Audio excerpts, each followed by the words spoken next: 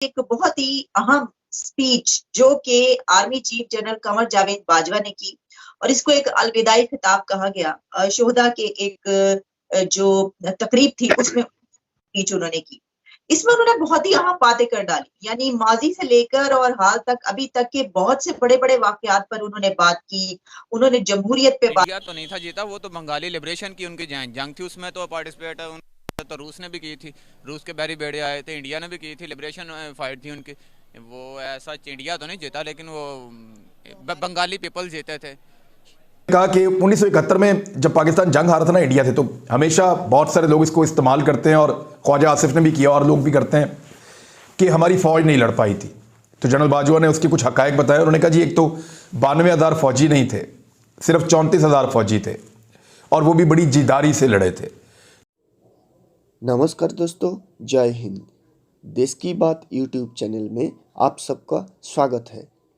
जैसा कि आप सब जानते हैं, 1971 की जंग में पाकिस्तान की बुरी तरह से हार हुआ था और ये पाकिस्तान के आर्मी का बहुत बड़ा नाकामी था जो पाकिस्तान के लोगों ने आज तक भुला नहीं पाया।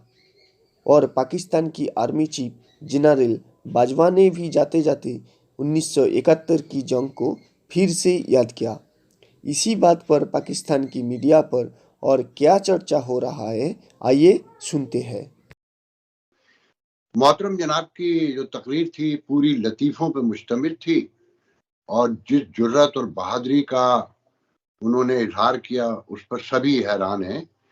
एक तो मेरा नहीं ख्याल है कि 71 के वाक़े की शर्मिंदगी का जिक्र करने की जरूरत थी, और जिस तरह फिर उन्होंने जिक्र किया कि हम बड़ी बहादुरी से लड़े और हम 90,000 नहीं थे, 34,000 थे और हमारा मुकाबला 2.25 लाख इंडियन आर्मी से था, तो 2 लाख जो है ट्रेंड मुक्ति बाहिनी थे। तो उसमें सवाल ये उभरता है कि ये मुक्ति बाहिनी ट्रेंड हुए क्यों, और उस वक्त या उससे पहले गुज़िश्ता 10 सालों में हुकूमत किसकी रही है, और वो अयूब खान हुकूमत हवाले किसके करके गए थे, असल इश्यूज क्या थे, बंगालियों के साथ ज्यादती करने वाले कौन लोग थे। कि बहुत कम पाकिस्तानियों को पता होगा कि जो अक्सरियती सूबा था उसका ना तो कोई फेडरल सेक्रेटरी था और ना उस फौज में कोई लेफ्टिनेंट जनरल था। तो एक दास्तान अजीम है वो पूरी, इल्ज़ाम लगा देना, सियासी मसला करार देना और सियासतदानों को आज के गन का भी जिम्मेदार करार दे देना और बड़े आराम से एक जुमले में फारिग कर देना कि जी हमसे भी गलतियां हुई, और फिर इम्पोर्टेड रिजीम और आरटीएस सब और अदम बर्दाश्त सब सियासतदानों पे डाल दिया।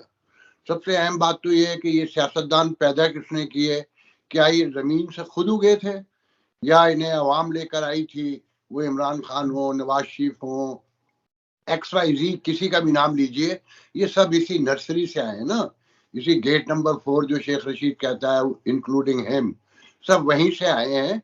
तो सबको पता है कि वो एक तकरीर थी और अपनी शर्मिंदगी मिटाने के लिए सबसे इम्पोर्टेंट बात तो ये है कि वो एक शोधा की तकरीर थी जहां बेवाएं बैठी थी, जहां उन बच्चों की माएँ बैठी थी जिन्होंने अपने प्यारे खोए, उनके बाप बैठे थे और वो हैरानी से देख रहे थे कि ये क्या कर रहा है। और सबको पता है ये जाएगा, डॉलर जमा कर लिए हैं, 300 से 400 अरब रुपए का घपला है, और कहने वाले तो ये भी कहते हैं कि जो आखिर में मुका हुआ है उसमें ये भी शामिल है कि इनके खिलाफ कोई तहकीकात नहीं होगी। और अगर अव्वल तो देखें ये कंफर्म है कि ये नहीं रहेंगे मुल्क में। अगर इसको समझना है कि क्यों नहीं रहेंगे तो ISPR पे इनकी तकरीर जो डाली गई है आप वो जाकर देख लीजिए, उसके नीचे जो 99% कमेंट्स हैं वो आपको मंजरकशी कर देंगे कि अगला मुस्तकबिल क्या है। और जिस तरह से इन्होंने गुज़िश्ता 6 साल में फौज को टका टोकरी किया, खैर वो तो पहले से हो रहा था मगर इन्होंने तो इंतहा कर दी।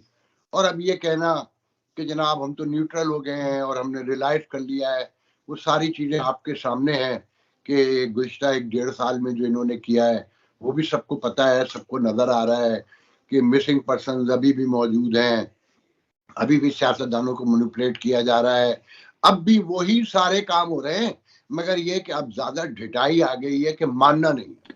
चीमा साहब, बाजवा साहब की स्पीच सिर्फ 75 साल लेट है। ये स्पीच 1947 में अगर दी जाती तो अच्छा था, कि एक नया स्टार्ट हो रहा था, मुल्क नए सिरे से बनता। अब ये आप बाजवा साहब, आपका इंस्टीट्यूशन जो है वो बजाय अब सियासी पार्टियों को कहें अपना कथारसिस शुरू करें, आप अपने बॉर्डर की तरफ देखें। आपके पड़ोस ने कहा है कि आप मिनटों की मार हैं। और दूसरा चीमा साहब, मैं ये अर्ज करना चाहूंगा कि आपने एक तो खुद ही फरमाया कि एक सियासी स्पीच थी, इसमें कोई शक नहीं है, लेकिन इस एक तकरीर के अंदर उन्होंने सारा कुछ कन्फेशन कर लिया, सारा कुछ।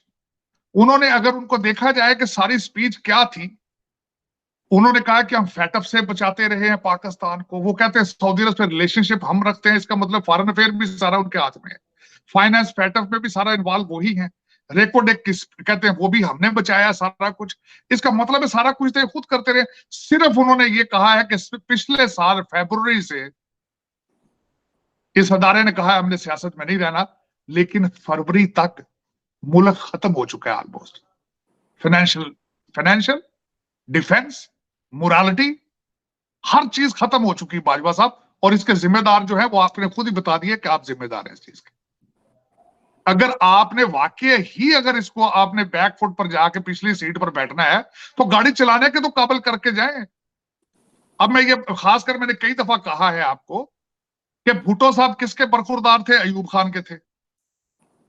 नवाज शरीफ कौन है? जियाउल हक का बरखुरदार था, जनरल जिलानी का बच्चा था वो। इस वक्त जो हमारे बैठे हुए हैं, इनकी तो खैर बाजवा साहब ने अपनी स्पीच में कह दिया ना कि हम लेकर आए थे, क्योंकि वजह ये है पिछले साल इन्होंने फरवरी में माइंड बनाया है और अब इलेक्शन तो 2018 के थे। सेनेट में जिस तरह से वोट डलवाते रहे हैं, जिस तरह खान साहब खुद कहते रहे हैं कि हम इनको कहते थे जब बंदे उठा के लाओ, लेजिस्लेशन करनी है। तो बाजवा साहब इस सारे सिस्टम का, सारा तबाही का, पाकिस्तान की मुआशी तबाही, आप 7 बिलियन पर हैं, भारत 600 बिलियन पर है आपका।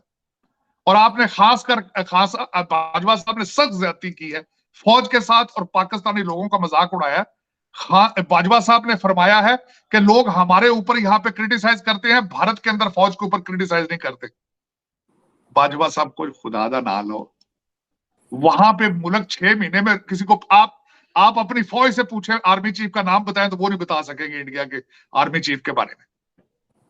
खान साहब 75 साल में से 40 साल आपने पूरा मुल्क बैरियर टाउन और डिफेंस बना दिया है मलक रियाज के साथ। आप सबका मेरा बस, आप सब जो रिटायर होता है जनरल मलक रियाज के पास जाता है। जो डिपार्टमेंट आप मुझे ये बताएं, आप किस तरह अपने आप को जुदा कर सकते हैं? क्योंकि हर डिपार्टमेंट के अंदर आपका रिटायर ब्रिगेडियर जनरल बैठा होता है। इस वक्त अगर देखा जाए, ना पाकिस्तान इस चीज को अफोर्ड कर सकता है, ना सियासतदानों को पता है कि हमने कहां जाना है। बलोचिस्तान की हुकूमतें आप गिराते हैं, MQ आपने खुद बनवाया है, आप एडमिट करते हैं सारी चीजें। आपके खुद अल्फाज मौजूद हैं कि अदलिया, एक जज मैनेज नहीं हो रहा, अदलिया भी आप मैनेज करते हैं। तो आज किस तरह बच्चों को छोड़ के जा रहे हैं? आप अबैंडन करना चाहते हैं?